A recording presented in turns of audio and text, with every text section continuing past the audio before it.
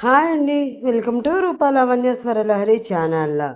ఈ ఛానల్లో మీరు వింటున్న కథ నటి వెలుగడితో రొమాన్స్. ఈ స్టోరీలో ఈ పార్ట్ చూసే ముందుగా ప్రీవియస్ పార్ట్స్ ఎవరైనా మిస్ చేసి ఉంటే ముందు అవి చూడండి ఫ్రెండ్స్. అలాగే ఫస్ట్ టైం ఛానల్ చూస్తున్న వాళ్ళు ప్లీజ్ లైక్ చేసి షేర్ చేసి సబ్స్క్రైబ్ చేసుకోండి. నాటి వెలుగడితో రొమాన్స్ స్టోరీ రైటర్ రూపా లావణ్య, వాయిస్ లహరి రాజశేఖర్. రియా చెంప మీద చాలా గట్టిగా ఈడ్చిపెట్టి కొడుతుంది మాయా. బుగ్గ మీద చేతితో రాసుకుంటూ షాక్ అవుతూ చూస్తుంది రియా. ఆమె కళ్ళలో ఆశ్చర్యంతో పాటు కోపం కూడా కనిపిస్తూ ఉంటే, నువ్వు కూడా ఒక అమ్మాయివేగా, ఎలా చెయ్యాలని అనిపించింది రియా? నేనెప్పుడూ నా ఫ్రెండ్గానే అనుకున్నావు కదా అంటుంటే, ఫ్రెండా? ఎవరి ఫ్రెండ్, ఎవరికి ఫ్రెండ్ అని రివర్స్లో అరుస్తుంది రియా. రియా అలా అరిచేసరికి మాయా షాక్ అవుతుంది. డెవిల్ పిడికిలి బిగుసుకుంటే దవడ కండరాలు నొక్కి పెట్టి కోపంగా చూస్తాడు. కానీ ఎందుకో ఆ టైంలో రియాకి తను బుద్ధి చెప్పడం కంటే మాయాని చెప్తే కరెక్ట్గా ఉంటుంది అని అనిపిస్తుంది. కారణం ప్రత్యేకంగా ఏమీ లేదు. ఆమె పడ్డ బాధే చాలు. జరిగిన నష్టం ఆమెకే కదా మరి. అందుకే శిక్ష వేసే హక్కు కూడా పూర్తిగా తనకే వదిలేసి అసలు మాయ ఎలా హ్యాండిల్ చేస్తుందా అని చేతులు కట్టుకొని వాళ్ళిద్దరినీ చూస్తూ ఉంటాడు. చెప్పవే, నువ్వు నాకు ఫ్రెండ్వా? ఆ రోజు పబ్లో నన్ను సేవ్ చేసి మీ రూమ్కి తీసుకువెళ్ళి ఒకరోజు ఉంచావు అని చెప్తే అది కూడా మా బావని పడేయడానికి నీ ప్లాన్ అని తెలియక జడ్డిదానిలా నిజమని నమ్మేసి నిన్ను ఫ్రెండ్ కంటే ఎక్కువగా ట్రీట్ చేసేసి మా బావకి కూడా ఇంట్రడ్యూస్ చేశాను. కానీ కానీ నువ్వేం చేసావు? నా నుండి నా బావని లాగేసుకున్నావు. నేను కూడా పిచ్చిదానిలా బావ చెప్పిన దానికి ఒప్పుకొని నా పెళ్ళిని, నా లైఫ్ని నేనే నాశనం చేసుకున్నాను. ఆ రోజు నుండి మా డాడీ కూడా నాతో మాట్లాడడం మానేశారు అంటూ చిన్నగా ఏడుస్తూ కళ్ళు తుడుచుకుంటూ ఉంటుంది. చెప్పు, జరిగిన నష్టం నీకా నాకా? న్యూస్లో నీ గురించి ఫేక్గా చెప్పారనే అలా అయిపోతే పీటల మీద నా పెళ్ళి ఆగిపోయింది. నేను ఇష్టపడ్డ నా బావ నాకు శాశ్వతంగా దూరం అయిపోయాడు. మరి నేను ఊరికే వదిలేయాలా అని ఎలాగూ బయటపడింది కాబట్టి కోపం మొత్తం చూపిస్తూ ఊగిపోతూ అరుస్తుంది రియా. ఒక క్షణం మాయా షాక్ అయినా, లేదు రియా, నువ్వు ఆలోచిస్తున్నది మొత్తం తప్పే. ఆ రోజు నేను నిన్ను సేవ్ చేసింది ప్లాన్ కాదు, నిజంగా నిజం. ఎస్, నేను డెవిల్ అట్రాక్షన్ కోసం చాలానే చేశాను, కానీ మా మధ్యలోకి ఎవరిని తీసుకురాలేదు, నీతో సహా. నేను చేసినవన్నీ ఒప్పుకున్నప్పుడు ఇది కూడా చెప్తే ఒప్పుకునేదానిగా, కానీ కాదు. అన్నీ చెప్తున్నా అంటే అర్థం చేసుకో. ఇంకా పెళ్ళి అది ఎలా జరిగిందో నీకు కూడా తెలుసు. నా మీద తప్పు వేయాలని చూడకు. అండ్ మెయిన్ థింగ్, నీది డెవిల్ మీద ఉన్నది ప్రేమ, ఇష్టం కాదు, జస్ట్ అట్రాక్షన్. ఇంట్లో అడిగారు కాబట్టి ఒప్పుకున్నావు, కానీ ముందు నుండి నువ్వేమీ డెవిల్ని లవ్ చేయడం లేదు కదా. అలాంటప్పుడు నేను మీ మధ్యలోకి రాలేదు, నీ నుండి డెవిల్ని దూరం చేయలేదు. మా మధ్య ఉన్న ప్రేమే మమ్మల్ని ఒకటిగా చేసింది. నేను ఒకానొక టైంలో నా పగని కూడా పక్కన పెట్టేసి డెవిల్కి దగ్గరవుతూ ఉంటే భయం కూడా వేసేది. కానీ అంటూ డెవిల్ని గట్టిగా చుట్టేసి, కానీ నేను తెలియకుండానే నీతో ఎప్పుడో ముందే ప్రేమలో పడిపోయాను డెవిల్ అని చిన్నగా ఏడుస్తుంది. డెవిల్కి మాయ బాధ అర్థమవుతూ ఉంటే, నేను నిన్ను నమ్ముతాను బుజ్జమ్మ అంటూ రియాని కోపంగా చూస్తూ, ఎవ్వరు నమ్మినా నమ్మకపోయినా నేనెప్పుడు నిన్ను నమ్ముతాను. మనకి మనం ఏంటో అనేదే తెలిస్తే చాలు, అంతేకాని అందరికీ తెలియాలి, నమ్మాలి, నమ్మించాలి అనే అవసరం లేదు. మెల్లిగా ఏదో ఒకనాటికి వాళ్ళే తెలుసుకుంటారు అంటాడు మాయా వెన్నుపై రాస్తూ. వాళ్ళిద్దరిని అలా చూస్తున్న రియాకి కోపం ఇంకా ఎక్కువైపోతూ ఉంటే మాయానే మళ్ళీ డెవిల్ నుండి విడిపించుకొని రియా దగ్గరికి మళ్ళీ వచ్చి, మన సోల్మేట్ ఒకరే ఉంటారు అని నేను నమ్ముతాను రియా. అలాగే డెస్టినీ కూడా. నా డెస్టినీ, నా సోల్మేట్, నా లైఫ్ ఓన్లీ డెవిల్. నాకు తెలిసిపోయింది నీకు డెవిల్ మీద ఉన్నది ఓన్లీ అట్రాక్షన్ అని. నీకు కూడా వేరే సోల్మేట్ ఉంటారు అని నువ్వు కూడా వాళ్ళు నీ లైఫ్లోకి వచ్చాక నమ్ముతాం. ఆ రోజు నువ్వే వచ్చి చెప్తావు, నువ్వు అన్నది కరెక్ట్ మాయా అని. నువ్వు ఎన్ని అన్నా నేను ఎప్పుడు నిన్ను నా ఫ్రెండే అని అనుకున్నాను. ఇప్పుడు కూడా ఇంకో ఛాన్స్ ఇస్తున్నాను మన ఫ్రెండ్షిప్కి, ఇంకా నీ ఇష్టం అనేసి డెవిల్ తనకి ఈసారికి పనిష్మెంట్ ఏం వద్దు ప్లీజ్ నా కోసం అంటుంది రిక్వెస్ట్గా. బాగా ఆలోచించుకునే చెప్తున్నావా ఆ మాట? కళ్ళు చిన్నవి చేసి రియాని అనుమానంగా చూస్తూ అడుగుతాడు. హా, ఈ ఒక్కసారికి ప్లీజ్. మాయా మాత్రం డెవిల్ చేతిని పట్టుకుని బతిమలాడుతున్నట్లు అడుగుతూ ఉంటే అది కూడా యాక్షన్లా అనిపిస్తూ మొహం తిప్పుకుంటుంది రియా. అది డెవిల్ కళ్ళలో పడనే పడింది. అసలే పోలీస్. ఆ మాత్రం రియా ముఖం కవళికలు బట్టి ఆమె మనసులో ఆ టైంలో మాయాని చూసి ఏం ఆలోచిస్తుందో ఆ మాత్రం తెలుసుకోలేడా? అందుకే అతనికి మాత్రం రియాకి శిక్ష వేయడమే కరెక్ట్ అనిపిస్తుంది. కానీ మాయా మరి అంతలా అడుగుతూ ఉంటే కాదని అనలేక, సరే కానీ నేను ఈ పని ఎవరు చేయమన్నారో చెప్తే నీకు ఏం కాకుండా చూసుకుంటాను రియా. మాయా వైపు చూడకుండా సూటిగా రియాని చూసి అంటాడు. ఆ మాటకి మాయాతో పాటు రియా కూడా షాక్ అవుతుంది. వెంటనే నాకెవరూ చెప్పలేదు, నేనే చేశాను అని చెప్పకుండా షాక్ అయ్యి ఆలోచిస్తున్నప్పుడే ఆమె వెనక ఎవరో ఉండి ఇదంతా చేయించారని కన్ఫర్మ్ చేసుకుంటాడు.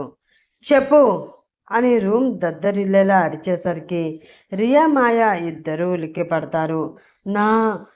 నాకెవరు చెప్తారు? మాయ మీద కోపంతో నేను చేశాను.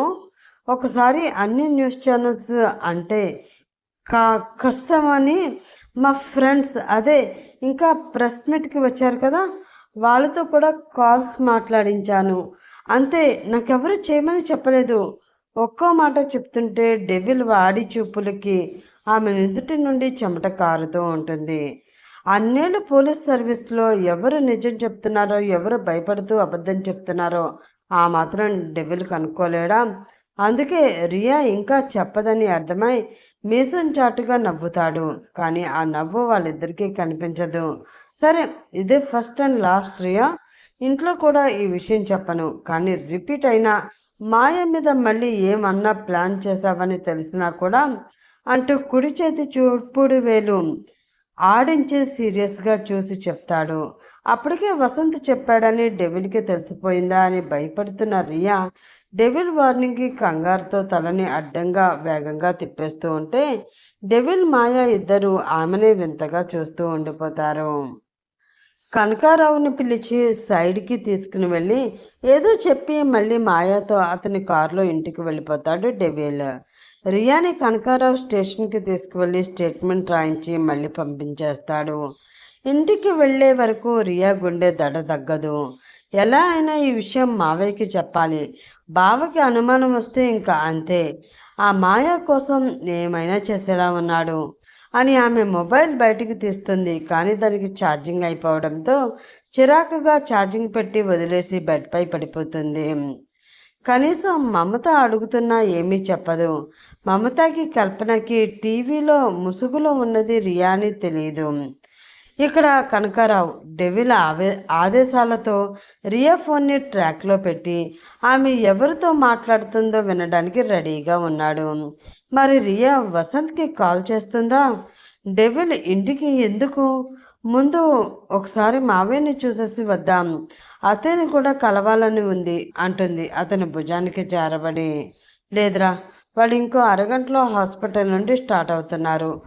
ఇందాక అక్కడ స్టార్ట్ అయినప్పుడే బావ ఫోన్ చేశాడు, డిశ్చార్జ్ చేస్తున్నారు, నేను వెళ్తున్నా, నువ్వు మాయ డైరెక్ట్గా ఇంటికి వెళ్ళిపోండి అని.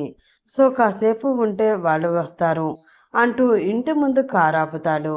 అక్కడ వసంత్ వెళ్లే ముందు బీపీ చెక్ అని వచ్చిన డాక్టర్ దగ్గర నుంచి మొబైల్ తీసుకుని కంగారుగా రాబర్ట్కి కాల్ చేస్తాడు. డెవిల్ మాయా ఇద్దరు ఇంటికి వచ్చేశారు. అప్పటికే పాపని రెడీ చేసి ఒళ్ళో కూర్చోబెట్టుకుని అటు కల్పన వసంతుల కోసం ఇటు డెవిల్ మాయల కోసం ఎదురు చూస్తూ బయట హాల్లోనే కూర్చుంటుంది రాజీ. బామ్మ అని మెల్లిగా పిలుస్తూ పరిగెత్తుకుంటూ వెళుతుంది మాయా. మాయా, ఎలా ఉన్నావే, బాగున్నావా? వెళ్ళాక ఒక్క ఫోన్ కూడా చేయలేదు అని రాజీ కూడా మాయాని చూడగానే చిన్నపిల్లలా అయిపోయి బొంగమూతి పెట్టగానే వాళ్ళిద్దరి యాక్షన్ చూసి డెవిల్ చిన్నగా నవ్వుకుంటూ తన రూమ్కి వెళ్ళిపోతాడు. అక్కడికి వెళ్ళగానే న్యూస్ రావడం, బయట మీడియా వాళ్ళతో మాటలు అనిపించుకోవడం, అవన్నీ రాజీ అలా అడగగానే మళ్ళీ ఒకసారి గుర్తొచ్చి సైలెంట్ అయిపోతుంది మాయా. కానీ అది డెవిల్ చూడడు. అప్పటికే స్టెప్స్ ఎక్కేస్తాడు.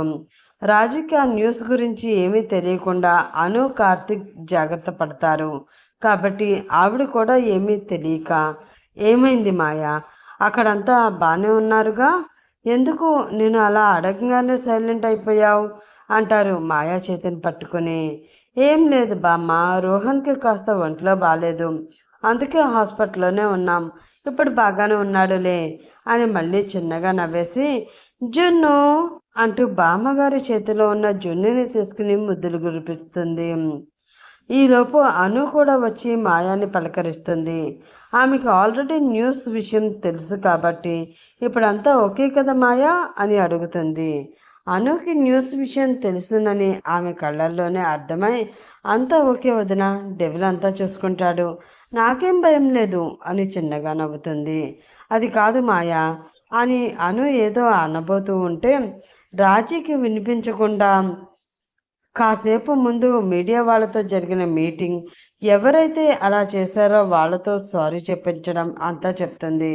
నా పరువు పోతుందంటే డెవిల్ అలా కామ్గా వదిలేస్తాడు అనుకుంటున్నావా వదిన అనగానే అను కూడా డెవిల్ని తలుచుకుని ప్రౌడ్గా ఫీల్ అవుతూ, ఇంతకీ ఆ న్యూస్ అలా స్ప్రెడ్ చేసింది ఎవరో తెలిసిందా అని అడుగుతుంది. రియా అని చెప్పడం ఇష్టం లేక ఎవరో బిజినెస్ రైవర్స్ అన్నాడు డెవిల్. అంటే ఓకే పోనీలే, డాడీ హాస్పిటల్ నుంచి వచ్చేసరికి అంతా క్లియర్ అయిపోయింది, అంతే చాలు, నువ్వు వెళ్ళి ఫ్రెష్ అయ్యిరా, డాడీ వాడు వచ్చే టైం అయ్యింది అంటూ జున్నిని తీసుకుంటుంది అను. కల్పన వాళ్ళు వచ్చేసరికి మళ్ళీ కిందకి వస్తే బాగుంటుంది అని మాయ కూడా ఫ్రెష్ అవ్వడానికి రూమ్కి వెళ్ళిపోతుంది. మేడం డిశ్చార్జ్ చేసే ముందు సార్ని ఒకసారి చెక్ చేయాలి, మీరు కొంచెం బయట వెయిట్ చేయండి అంటారు డాక్టర్. అలాగే అంటూ కల్పన బయటికి వెళ్ళగానే దానికోసమే చాలాసేపటి నుంచి వెయిట్ చేస్తున్న వసంత్ డాక్టర్ దగ్గర నుండి మొబైల్ తీసుకుని కంగారుగా రాబర్ట్కి కాల్ చేస్తాడు.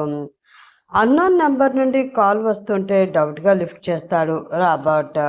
ఎందుకంటే ఇప్పుడు కాల్ వస్తున్నది ప్రైవేట్ నెంబర్ కాదు, తన బిజినెస్ నెంబర్. ఎప్పుడైనా ఎమర్జెన్సీ ఉంటే ఫ్యామిలీ మెంబర్స్ తప్ప మిగతా అంతా డ్రగ్ డీల్స్ కోసం మాత్రమే కాల్స్ చేస్తూ ఉంటారు ఆ నెంబర్కి. డౌట్గా లిఫ్ట్ చేయగానే రాబీ, నేను వసంత్ని అనగానే అలర్ట్ అవుతాడు. చెప్పు నాని అని, ఎలా ఉన్నావు అభిమానంగా అడుగుతాడు. నేను బాగానే ఉన్నాను, నా ఫోన్ కల్పన దగ్గర ఉంది, నేను వేరే డాక్టర్ది, చెప్పేది జాగ్రత్తగా విను, మనకి టైం లేదు అంటూ కంగారుగా చెప్తుంటే రాబర్ట్ కూడా స్ట్రిక్ట్గా కూర్చుంటాడు.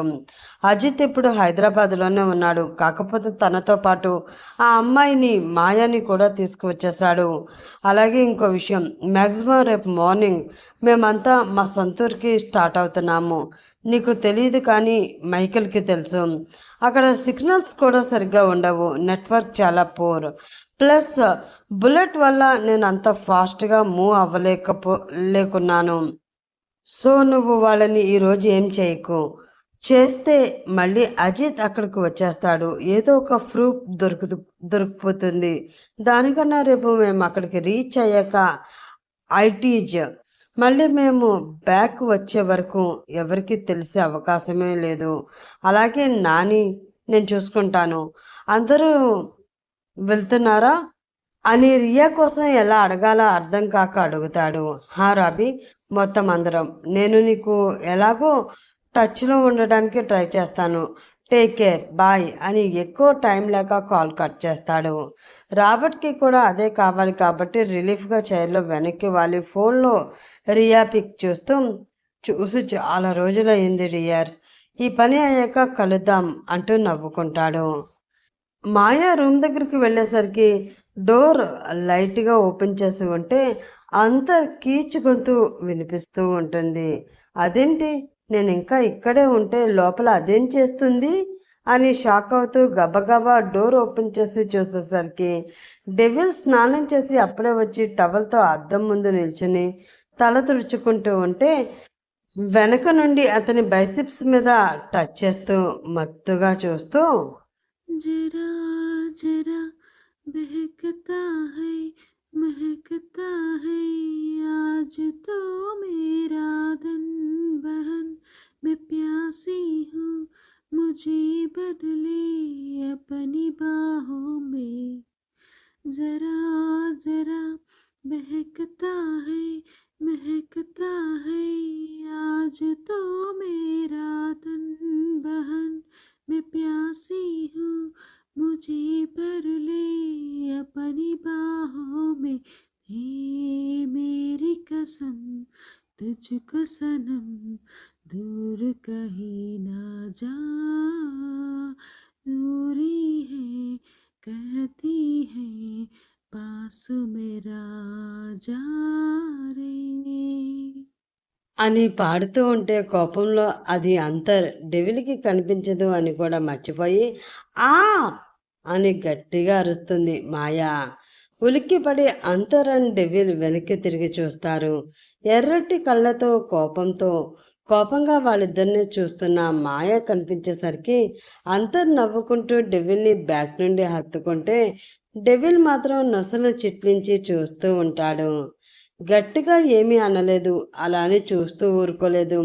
అలాగే కోపంగా చూస్తూ ముందుకు వస్తే ముంబైలో ఫ్లైట్ ఎక్కినప్పటి నుండి చూస్తున్నా ఏమైంది నీకు సీరియస్గా చూస్తూ అడుగుతాడు. కానీ మాయ చూపులంతా అంతర్ మీదనే ఉండడంతో అది నన్ను కాదు దాన్ని అడుగు అంటుంది మర్చిపోయి.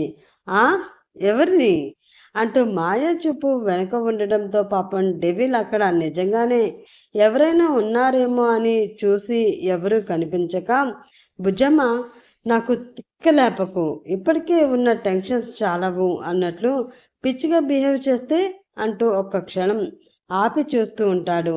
అప్పటికి గాని పాపం మాయా పాపకి తనేం చేసిందో అర్థం కాక ఇహిహిహి అంటూ మళ్ళీ పళ్ళెక్కిలిస్తుంది.